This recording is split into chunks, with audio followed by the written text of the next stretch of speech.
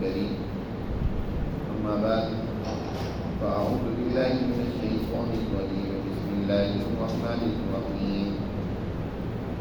ومن آياته أن خلقكم من تراب ثم إذا أنتم بشر تنتشرون. ومن آياته أن خلق لكم من أنفسكم أزواجا لتسكنوا إليها وجعل بينكم مودة ورحمة إن في ذلك لآيات لقوم يتفكرون.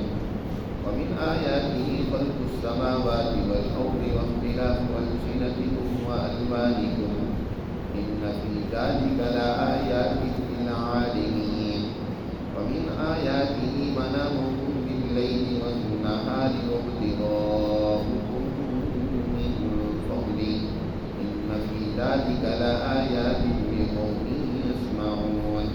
ومن آياته يريكم البرق خوفا وطمعا وينزل من السماء ماء فيحيي به الأرض بعد موتها إن في ذلك لآيات لقوم يعقلون.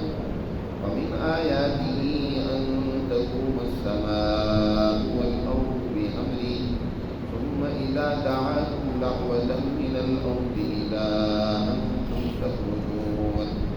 وله من في السماوات والأرض كل له قانتون. وهو الذي يبدأ الخلق ثم يعيده وهو أهون عليه وله المثل الأعلى في السماوات والأرض وهو العزيز الحكيم. صدق الله العظيم. یہ سورۃ الروم کا تیسرا رکوع ہے. اللہ سبحانہ و تعالی نے اس سورہ مبارکہ میں مسلمان جماعت کی دنیا میں غلبے کا ذکر کیا اور ایک بات اور ذہن نشین کر لیں کہ جہاں قرآن مقدس مسلمان جماعت کے غلبے کا تذکرہ کرتا ہے اس کا مطلب قطعاً غلبے سے مراد مسلمانوں کے عقیدے کا غلبہ نہیں ہے کہ پوری دنیا مسلمانوں کا عقیدہ قبول کر لے اور کلمہ پڑھنا شروع کر دے، بلکہ اس سے مراد مسلمانوں کا سیاسی، معاشی، معاشرتی نظام جو کہ دنیا میں اللہ سبحانہ و تعالی نے مسلمان جماعت کے ذریعے سے دنیا میں قائم غالب. حضور صلی اللہ علیہ وسلم کی وہ جماعت جس کو آپ نے سب سے پہلے تیار کیا، صحابہ کرام، انہوں نے دنیا میں اللہ کے اس دین کو، یعنی اس کے اس عملی نظام اور سسٹم کو جس کے ذریعے سے انسانیت کو امن، خوشحالی اور معاشرتی مساوات کو حاصل ہوئی، نصیب ہوئی، وہ دنیا میں انہوں نے اس نظام کو، دین کو غالب کیا. اور پھر اسی طرح خلفائے راشدین کے بعد بنو امیہ کا دور ہے، اس میں اور غلبہ دنیا میں بڑا پھیلا. پھر خلفائے بنو عباس کا زمانہ ہے 500 سال کا تقریباً، جس میں خلیفہ ہارون رشید کے دور میں پوری دنیا پر گویا کہ اللہ کا یہ دین غالب ہے. اور پھر اس کے بعد بنو عثمان کا دور ہے 700 سال کا تقریباً ہے. یہ وہ ادوار ہیں جن ادوار میں اللہ کا یہ نظام دنیا میں عملی طور پر قائم رہا. تقریباً 1100 سال 1100 سال دنیا میں عملی طور پر اللہ کے دین غالب ہے. اسی کا اللہ نے گزشتہ آیات میں ذکر کیا کہ اللہ سبحانہ و تعالی مسلمان جماعت کو دنیا میں غلبہ عطا فرمائے گا. وہ وقت، وہ دن مسلمان جماعت کی خوشی کا دن بھی ہوگا اور ظالم اور طاغوتی قوموں کے لیے وہ ایک بہت بڑی ناکامی اور شکست کا دن بھی ہوگا. اسی مناسبت سے اللہ نے یہاں اس رکوع میں جو آج ابھی تلاوت کیا گیا ہے اپنی قدرت، حکمت کی نشانیوں کا تذکرہ کیا ہے کہ جس ذات اقدس کی اس کائنات کے اندر شان بہت بلند ہے اور اس کی شان کا اظہار دنیا میں ہوتا رہتا ہے. دوسری جگہ پر اللہ نے سورہ رحمان میں بیان کرتا ہے کل یوم هو فی شان، اللہ کی شان ہر دور میں ایک نیا رنگ لے کر ظاہر ہوتی ہے، ہر دور میں اللہ کی شان ظاہر ہوتی ہے اور وہ ایک نئی شان کے ساتھ جلوہ افروز ہوتا ہے۔ یہ دنیا کے اندر جو تبدل و تغیرات، انقلابات، ان کے پیچھے بھی ایک قدرت کی بڑی حکمت ہوتی ہے۔ خود انسان کو اپنی ذات کی طرف متوجہ کیا ہے، اس کائنات کی طرف متوجہ کیا ہے کہ دیکھو اس قدرت کے اندر، اس کائنات کے اندر قدرت کے کتنے مظاہر موجود ہیں۔ ان میں اگر تم غور و فکر کرو گے، عقل سے کام کرو گے، تو تمہیں اللہ سبحانہ و تعالیٰ کی عظمت اور قدرت کی کچھ پہچان حاصل ہوگی۔ سب سے پہلے انسان کی کچھ تخلیقی مراحل کو ذکر کیا اور اس وقت جو اس کی صورتحال ہے اس کو بیان فرمایا وَمِنْ آیاتِهِ، اس کی قدرت کی نشانیوں میں سے یہ بھی ہے کہ أَنْ خَلَقَكُم مِّن تُرَابٍ، اس نے تم کو مٹی کے جوہر سے پیدا کیا۔ انسان کس سے بنا ہے؟ اس مٹی سے، جس کے اندر کوئی جان نہیں ہے، جس کے اندر کوئی بظاہر سمع بصر نہیں ہے، عقل نہیں ہے۔ یہ زمین جو ہمارے روزمرہ آنکھوں کے سامنے، اسی سے انسان کا یہ وجود بنایا گیا۔ اللہ ارشاد فرماتے ہیں کہ انسان ذرا غور تو کرو اس قدرت کی کتنی بڑی یہ نشانی ہے کہ اس نے تم کو ابتداءً تمہارے باپ آدم کو مٹی سے بنایا، اور اس وقت ثم اذا انتم بشر، تم انسانوں کی شکل میں، بہترین مخلوق کی صورت میں، جسے بشر کہا جاتا ہے، جس کو اللہ نے بہترین شکل و صورت، جلد، احسن تکوین کے سانچے میں ڈھالا ہے کہ دنیا کی کوئی چیز اس کے مقابلے میں بناوٹ میں، اس کی کوئی چیز دنیا کی خوبصورتی میں، عقل و بصیرت، فہم میں اس سے بہتر نہیں ہے۔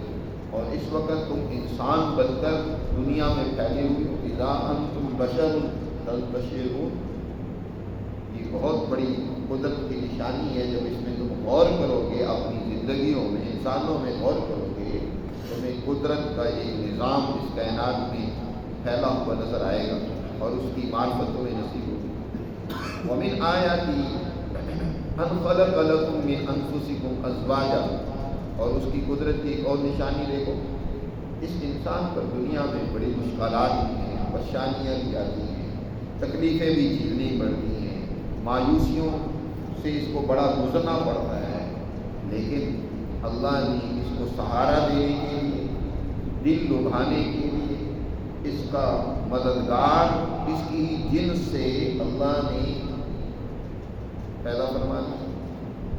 مرد ہے تو اس کے لیے عورت، عورت ہے تو اس کے لیے مرد، جو ایک دوسرے کے لیے سہارا بنتے ہیں۔ ذرا غور تو کرو۔ اور پھر یہ جو تمہارا جوڑا بنایا ہے، تمہاری جن سے بنایا ہے، تمہاری نفسوں سے بنایا ہے، جن سے مخالف سے نہیں۔ ایسا نہیں ہے کہ اللہ کی مخلوقات اور بھی ہیں جن کے اندر انسان کو وہ سکون، وہ محبت، وہ کبھی نہیں ہو سکتی جو اپنی جنس کی مخالف جنس کی طرف ہو سکتی ہے۔ دیکھو اس کی نشانی کہ وَمِنْ آیَاتِهِ أَنْ خَلَقَ لَكُم مِّنْ أَنفُسِكُمْ أَزْوَاجًا، اس نے تمہارے لیے مِنْ أَنفُسِكُمْ، تمہاری نفسوں میں سے، تمہاری جنس میں سے، أَزْوَاجًا، تمہارے لیے کیا بنا دیا؟ ازواج بنا دیا، تمہاری بیویاں بنا دی، تمہارے جوڑے بنا دیے، اور 3 مقاصد ہیں۔ یہ جو تمہارے لیے جوڑے بنائے، دیکھو قدرت کا عجیب نظام ہے کہ مرد کے لیے عورت ہے، عورت کے لیے مرد ہے، اور ان دونوں کے اندر اللہ نے عجیب انفعالی اور انجذابی کیفیتیں پیدا فرما دی۔ مرد کی کشش عورت کی طرف ہوتی ہے اور عورت کی کشش مرد کی طرف ہوتی ہے، دوسرے کی طرف ان دونوں کی کشش پیدا کرتی ہے۔ اور پھر جب وہ ایک رشتہ زوجیت میں باندھ دیے جاتے ہیں، ایک اپنے نکاح کے ذریعے سے ان کا آپس میں تعلق جوڑ دیا جاتا ہے، تو اس کے نتیجے میں 3 چیزیں قدرت کی طرف سے پیدا کر دی جاتی ہیں ہر ایک جوڑے کے اندر۔ 3 چیزیں ویسے بھی انسانی زندگی کے لیے بہت ہی ناگزیر اور ضروری ہیں، اس کے بغیر انسانی زندگی آگے نہیں بڑھ سکتی، اس کی تکلیفیں، مصیبتیں، مایوسیاں ختم نہیں ہو سکتی۔ ایک چیز جو سب سے عام اور ضروری ہے وہ سکون ہوتا ہے، یہی انسان کے اندر ٹھہراؤ پیدا ہو جائے، بے چینی اس کی ختم ہو جائے، اضطراب کی کیفیت نہ رہے، اس کو سکون سے تعبیر کیا جاتا ہے۔ اور پھر دوسری چیز جو ہوتی ہے وہ انسان کے اندر محبت ہوتی ہے کہ سکون بھی ہو، اور پھر اس کے اندر جو ہے اپنے مطلوب پسندیدہ چیزوں کی محبت اور رغبت بھی ہو۔ پھر بہت ساروں سے انسان کو محبت ہوتی ہے لیکن وہ مفادات بھی ہوتی ہے۔ انسان دنیا میں بہت سارے رشتوں سے تعلق جوڑتا ہے اور وہ رشتہ تعلق محبت تک بھی پہنچ جاتا ہے، لیکن اکثر ان کے پیچھے ایک غرض چھپی ہوتی ہے کہ ایک دوسرے کے ساتھ مفادات وابستہ ہوتے ہیں۔ جب تک وہ مفادات جڑے رہیں وہ تعلق بھی برقرار رہتا ہے، اور جو ہی وہ مفادات ختم ہوتے ہیں تعلق بھی ٹوٹ جاتا ہے اور کمزور ہو جاتا ہے۔ کئی دوستی ہیں جو ایک وقت میں بڑی گہری ہوتی ہیں، دوسرے وقت میں وہ دشمنیوں میں بھی بدل جاتی ہیں، کیونکہ ان کے پیچھے کوئی مفاد ہوتا ہے۔ لیکن اللہ سبحانہ و تعالیٰ نے اس محبت کے اوپر ایک اور چیز پیدا فرمائی ہے جس کو رحمت کہا جاتا ہے، کہ یہ محبت بے لوث ہے، یہ محبت بغیر کسی غرض کے۔ مرد اور عورت کے درمیان میں جو اللہ سبحانہ و تعالیٰ نے محبت پیدا فرمائی ہے وہ اسی قسم کی ہے، اور اسی محبت کا نتیجہ ہے کہ مرد عورت کی بہت ساری غلطیوں کو نظر انداز کرتا ہے، عورت بہت ساری غلطیاں اور کمزوریاں مرد کی کیا کرتی ہے، برداشت کرتی ہے۔ اور پھر خاص طور پر صرف شباب ہی کا زمانہ نہیں جب دونوں ایک دوسرے سے جنسی خواہش پوری کر رہے ہوتے ہیں، بلکہ جو ان کی زندگی ڈھلتی جاتی ہے وہ محبت، وہ بے لوث تعلق، ایک دوسرے کی وہ ہمدردی وہ بڑھتی چلی جاتی ہے۔ جب بھی مشکل گھڑی کوئی آئے گی آپ دیکھیں گے کہ انسان کے ساتھ اس کی عورت کھڑی ہوئی نظر آتی ہے، باقی سارے رشتے سارے بسا اوقات چھوٹ جاتے ہیں، لیکن اللہ نے یہ رشتہ ایسا بنایا ہے کہ وہ انسان کو حوصلہ دے رہا ہوتا ہے، ایک دوسرے کے کام آ رہے ہیں۔ کرونا کے زمانہ میں ایک بہت بڑا فتنہ ہے پیدا ہوا، جس کے نتیجے میں انسانی رشتے ناطے بہت ٹوٹے، بہت سارے رشتے ناطے انہوں نے اپنے پیاروں کو خیر آباد کہہ دیا اس کرونا کے ڈر سے کہ یہ کوئی جراثیم ہمیں بھی چمٹ نہ جائے۔ بہت ساری اموات ہوئی ان دنوں میں، تو جو اپنے عزیز اور پیارے تھے، بھائی تھے، دوسرے کئی ایک رشتے تھے، اب کوئی ایک ان میں سے بیمار ہوا، ہاسپٹل پہنچا تو ڈاکٹروں نے ڈرایا، پوری دنیا میں اس کا ایک خوف پھیلایا ہوا تھا میڈیا کے ذریعے سے، ہر طرف سے، حکومتوں کی طرف سے، تو کتنے رشتے ناطے ایسے تھے جو چھوڑ کر چلے گئے اپنے پیاروں کو۔ لیکن آخر تک میں نے دیکھا، محسوس کیا کہ بیوی نے اپنے شوہر کو نہیں چھوڑا، بلکہ ایک جنازہ پڑھانے کی نوبت مجھے آئی۔ ایک دوست نشتر میں انہوں نے فون کیا، وہ ہمارے جاننے والے ہیں، تعلق والے ہیں، ان کا انتقال ہاسپٹل میں ہو گیا اور سارے رشتے ناطے سب چھوڑ کر چلے گئے، کوئی بھی ان کو لینے کے لیے تیار نہیں ہے لڑکوں کی ڈیڈ باڈی۔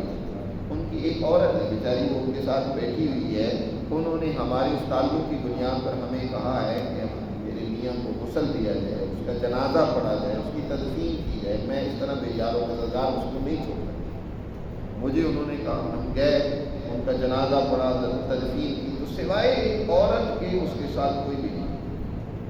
یہ محبت، یہ رحمت، یہ تعلق کس نے پیدا کیا مرد اور عورت کے درمیان؟ اس کو قرآن نے یہاں اپنی قدرت کی نشانی قرار دیتے ہوئے فرمایا، دیکھو اس کی نشانیوں میں سے یہ بھی ہے کہ تمہاری جنس میں سے تمہارے لیے تمہارا جوڑا بنایا، لتسکنوا الیہا، تاکہ تم اس عورت کے ذریعے سے سکون حاصل کرو، وجعل بینکم مودۃ ورحمہ، اور اس کی نشانیوں میں سے یہ دیکھو کہ اس نے تمہارے درمیان محبت پیدا کر دی اور ایک دوسرے پر رحمت، شفقت، ایک دوسرے کی غلطیوں سے درگزر کرنا، مہربانی کرنا، یہ اس نے تمہارے اندر چیز ڈال دی۔ ان فی ذلک لآیات لقوم یتفکرون، بے شک اس میں یقیناً نشانیاں ایسی قوم کے لیے جو غور و فکر سے کام لیں۔ جتنا کوئی انسان سوچتا جائے گا، اس میں غور و فکر کرتا چلا جائے گا، اللہ کی قدرت اس کے سامنے ظاہر ہوگی۔ ایک مزید تیسری نشانی اللہ کی قدرت کی دیکھو، وَمِنْ آيَاتِهِ خَلْقُ السَّمَاوَاتِ وَالْأَرْضِ وَاخْتِلَافُ أَلْسِنَتِكُمْ وَأَلْوَانِكُمْ إِنَّ فِي ذَلِكَ لَآيَاتٍ لِلْعَالِمِينَ۔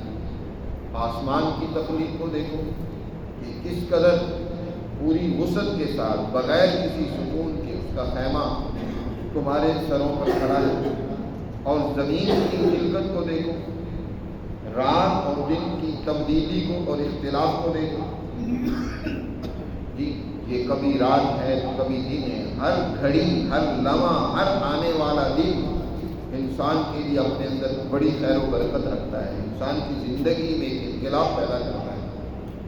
تو یہ رات اور دن کا تغیر، جی، اور اسی طرح آسمان اور زمین کی خلقت، زمین کو دیکھو اور اس کائنات کو دیکھو کہ اگر دریاؤں میں جی ٹھاٹھے مارتی موجیں نہ ہوتی تو یہ تمہاری اوپر پانی کی برسات کیسے ہوتی، اور اگر پہاڑوں کے آتش فشان چوٹیاں نہ پھٹتی تو تمہاری زمین میں موجود وہ لاوا، وہ مادہ جو اس پہاڑوں کی چوٹیوں کے پھٹنے سے باہر نکلتا ہے، وہ اس زمین کو پھاڑ کر اس کا جگر کاٹ کے رکھ دیتا۔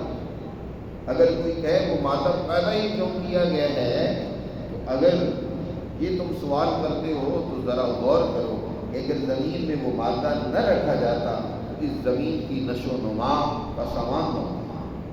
اس قدرت نے اس زمین کے اندر نشو و نما، ضروری بڑھنے اور چیزوں کو اگانے کی صلاحیت رکھی۔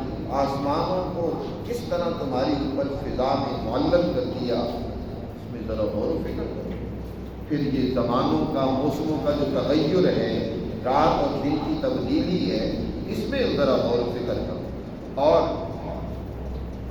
اس میں بھی اور مزید یہ کہ اپنی زبانوں کی اختلاف کے اندر غور کرو۔ واختلاف السنتکم والمعانی، آج انسان اتنے ایک ہی عادت کی اولاد، مختلف قومیں، نسلیں رکھتے ہیں، مختلف علاقے اور جغرافیوں میں آباد ہیں، لیکن تم دیکھتے نہیں ہو ہر ایک کی زبان دوسرے سے مختلف ہے۔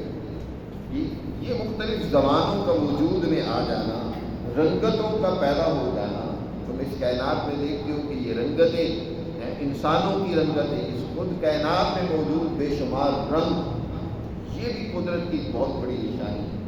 آج اہل علم ان رنگتوں میں غور کریں گے تو اس سے بھی اس قدرت کے بڑے مظاہر سامنے آئیں گے، اس کی پہچان ہوگی کہ یہ رنگتیں بھی در حقیقت ایک بہت بڑی انرجی کا، اس کائنات کے اندر بہت بڑے ترقی کا سبب ہے۔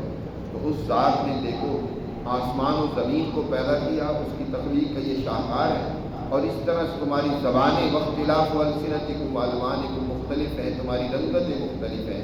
ان فی ذلک لآیات للعالمین، بے شک دنیا کے اہل علم کے لیے اس میں بڑی نشانی ہے۔ اسی طرح دیکھو تمہارے لیے نیند ایک بہت بڑی اللہ کی نعمت ہے۔ ہر چیز کی مرمت کے لیے اسے کچھ زمانہ چاہیے۔ آپ گاڑیوں کی مرمت کرتے ہیں، آپ اسی طرح کائنات میں ہر ایک چیز، مشین ہے جو چیز ایجاد کرتے ہیں تو اس کی بھی مرمت کے لیے کچھ نہ کچھ وقت درکار ہوتا ہے۔ اسی طرح انسان ہے، اس کو بھی آرام چاہیے، اس کو بھی مرمت کے لیے کچھ وقت اور زمانہ چاہیے۔ اس کے لیے اللہ سبحانہ و تعالیٰ نے روزمرہ نیند کو اس کے لیے پیدا کر دیا۔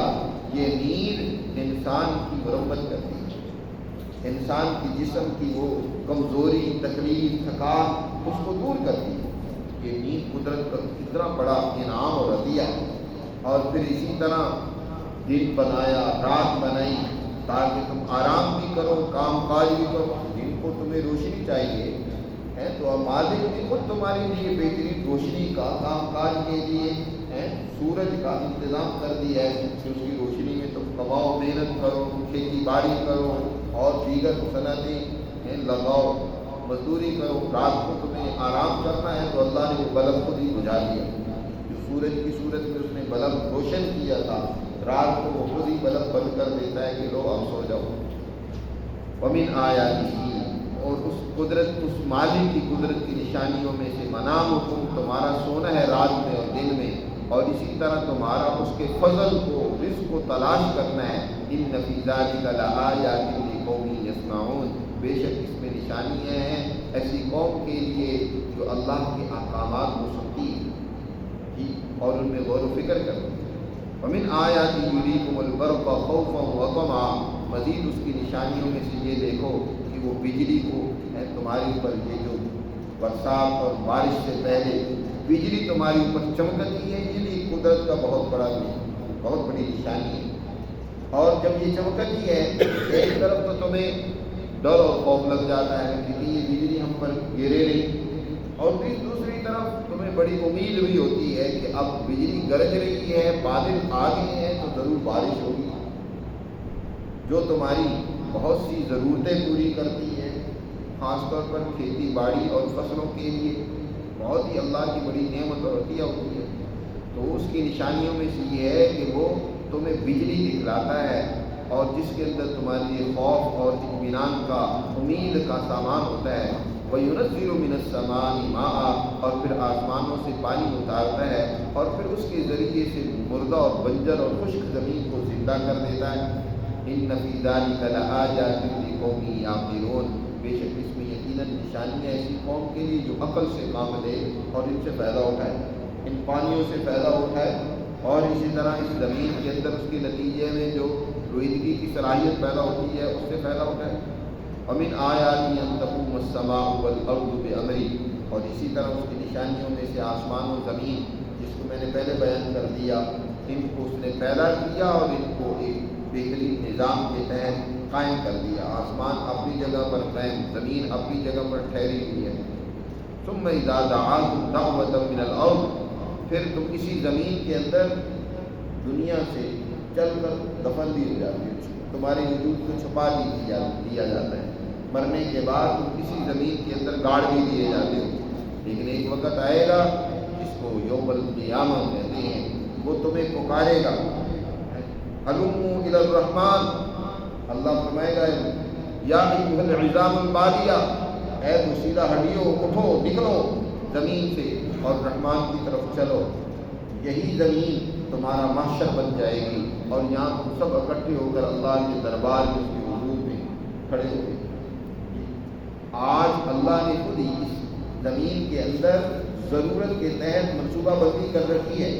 ایسا نہیں ہے کہ آدم سے لے کر تا قیامت سارے انسانوں کو آج ہی اللہ میاں دنیا میں جمع کر دیں، نہیں، اس زمین کے لیے جتنے افراد کی ضرورت ہوتی ہے اتنے اللہ اس دنیا میں بھیجتا ہے، اور ایک قوم کو، ایک نسل کو بھیج کر دوسری نسل کو اپنے پاس بلا لیتا ہے، وہ خود منصوبہ بندی کرتا ہے۔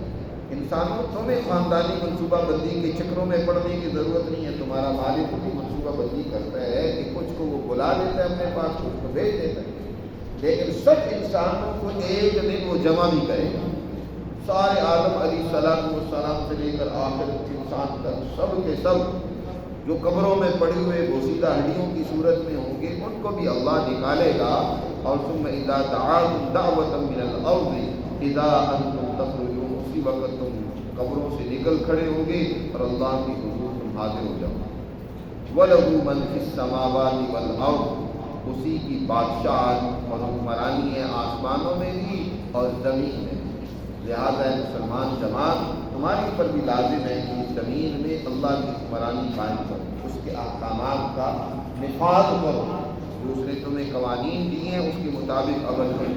كُلٌّ لَّهُ قَانِتُونَ، سبھی اسی کی اطاعت اور فرمانبرداری کر رہے ہیں، اور انسان تمہیں بھی اسی کی فرمانبرداری کرنی چاہیے۔ تم ہو قدرت کے اتنے بڑے عجائبات، اتنی نشانیاں دیکھنے کے باوجود تم ہو کہ اللہ کی فرمانبرداری سے رائے فرائے کیا بھاگتے۔ آج تم نے دنیا میں بجائے اللہ کے قوانین اور احکامات کو قائم کرنے کے اللہ کے دشمنوں کے قوانین کو غالب کر رکھا ہے، شیطانی طاقت اور قوتوں کو کے غلبے کو تم نے تسلیم کر رکھا ہے۔ تمہیں تو فرمانبرداری اللہ کی کرنی ہے۔ كُلٌّ لَّهُ قَانِتُونَ وَهُوَ الَّذِي يَبْدَأُ الْخَلْقَ ثُمَّ يُعِيدُهُ وَهُوَ أَهْوَنُ عَلَيْهِ، وہی ذات ہے جو مخلوق کو ابتداء بھی پیدا کرتی ہے اور پھر پیدا کرنے کے بعد اس پر موت طاری کرتی ہے اور پھر اس کو لٹائے گی، اور یہ دوبارہ لٹانا بنانا اللہ کے لیے بہت ہی آسان ہے۔